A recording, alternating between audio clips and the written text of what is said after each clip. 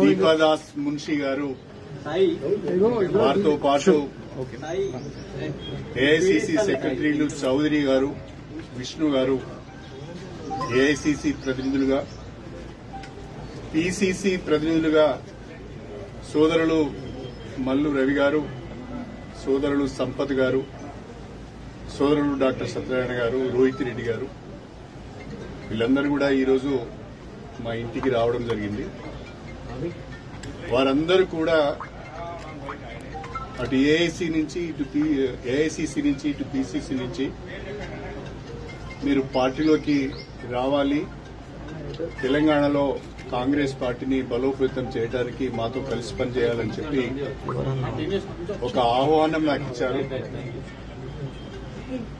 నేను నా శ్రేయోభిలాషులు, నాతో ఇన్ని రోజులు కలిసి ప్రయాణం చేసిన కార్యకర్తలు, వాళ్ళందరితో కూడా మాట్లాడి త్వరలోనే నా నిర్ణయాన్ని చెప్తానని చెప్పి పెద్దలు దాస్ మున్షి గారికి తెలియజేయడం జరిగింది. In a day or two I will take a decision after consulting my followers and after consulting my well-wishers and my workers. నేను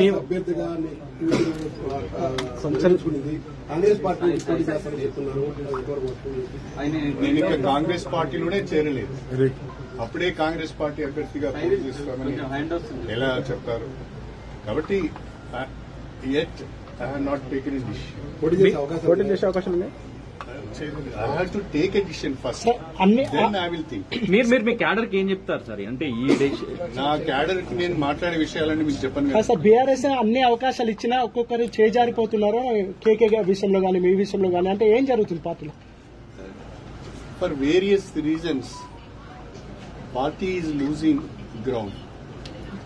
For various reasons, people are moving away from BRS. So, to serve the people and to do something for the constituency, we have to take a decision. We have to take a call. ఉమ్మడి వరంగల్ జిల్లాలో